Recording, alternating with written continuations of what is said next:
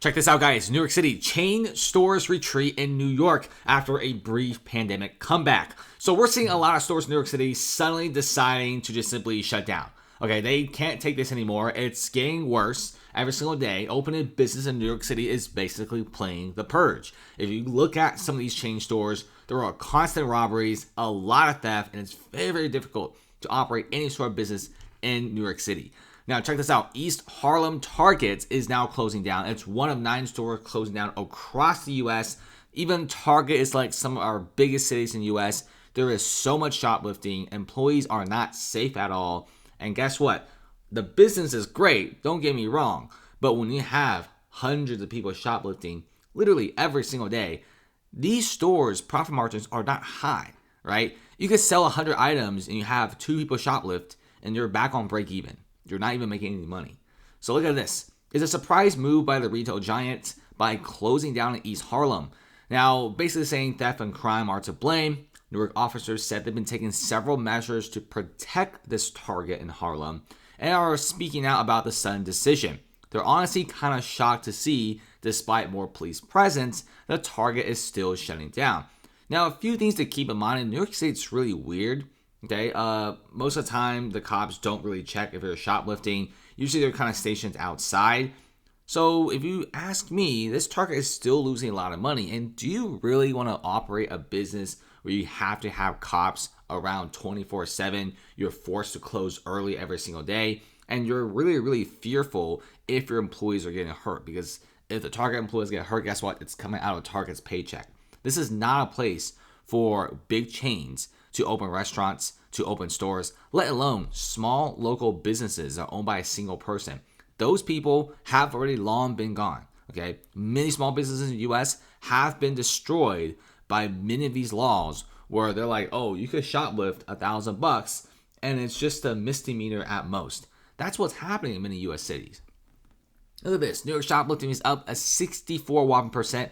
Not only that, they can't even handle this sort of shoplifting incident because NYPD is still trying to sort out the migrant crisis. In fact, they have more cops in the shelters, more cops managing the migrant crisis than anything else. Gucci lost $51K. Okay, Reebok, a luxury boutique, almost $250,000. Stores are leaving. Governor is proposing $45 million to stop retail theft. But if it's under $1,000, it's a misdemeanor. Many of these thieves are not migrants, and it's them. They'll never let a crisis go to waste. And by the way, the thieves are very, very bold now, right? Even Apple stores get robbed 2 times in a single day. They don't care. Nobody stops anymore.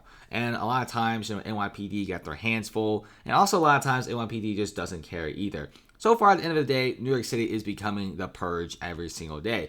And crime in New York is so bad that the governor is sending National Guard troops to police the New York City subway station. When they're sending in the troops with the big guns, you know that the city has truly screwed up. But at the very least, the governor is doing something. Because if you guys haven't seen how scary these subways are, every single day there's always some sort of bad news coming out. We also have a 38-year-old woman who was hit on one of the subway stations. We also have a conductor that was slashed just a week ago.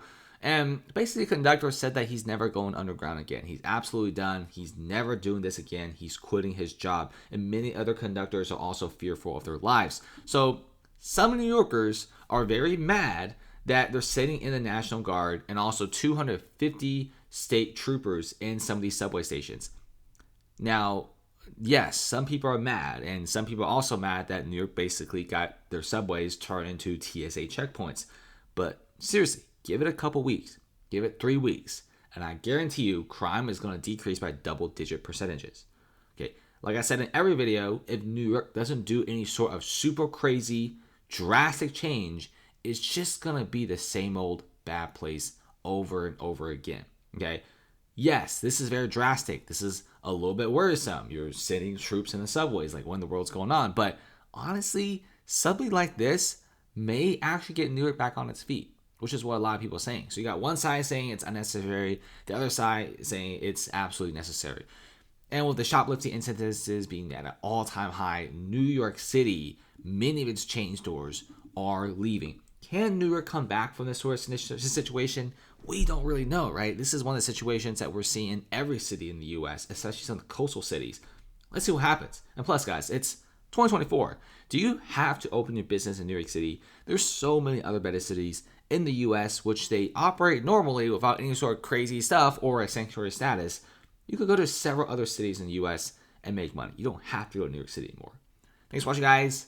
Comment below and see you later.